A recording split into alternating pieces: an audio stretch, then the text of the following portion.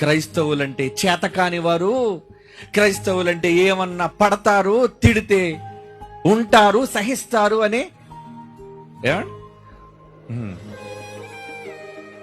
లీనియన్స్ గా చూస్తున్నావు కదా. అవునయ్యా, మేమేమన్నాం నిన్ను, మేమేమన్నాం?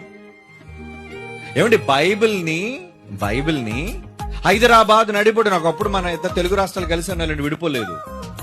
ట్యాంక్ బండ మీద స్వామి అనే ఒక పాస్టర్, ఒక దైవ సేవకుడు బైబిల్ పంచుతుంటే నడిబొడ్డున, హైదరాబాద్ నడిబొడ్డున అతన్ని కొట్టి చావు వరకు తీసుకెళ్లారండి. ఆయన్ని హైదరాబాద్ హాస్పిటల్ అడ్మిట్ అయిపోయాడు ఆయన.